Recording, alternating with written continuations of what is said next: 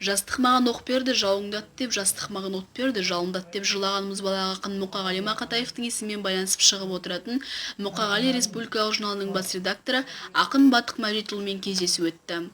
Аталмыш шараның мақсаты ақын өмірі мен шығармашылығына қысқаша шолу мен сырлы сұхбат болатын. Республикалық Мұқағали журналы ақын мұрасын ұлықтауда айтарлықтай қызмет атқарып келе жатыр. Мұқағали шығармашылығы бұл таусылмайтын тақырып. Ағамыз өзі айтқан ғой, мен 21 ғасырдың құрдасымын деп.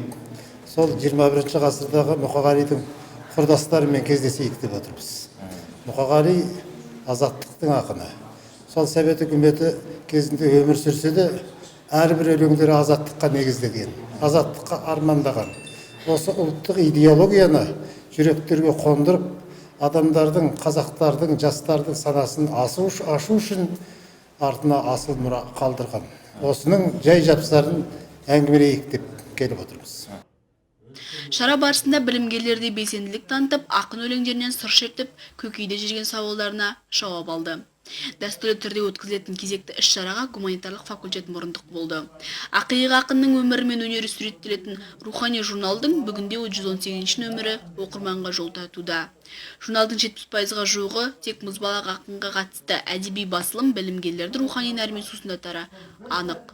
Диана Тұрлыбекова, Ділмұрат Қизатұлы, оқу телестудиясы.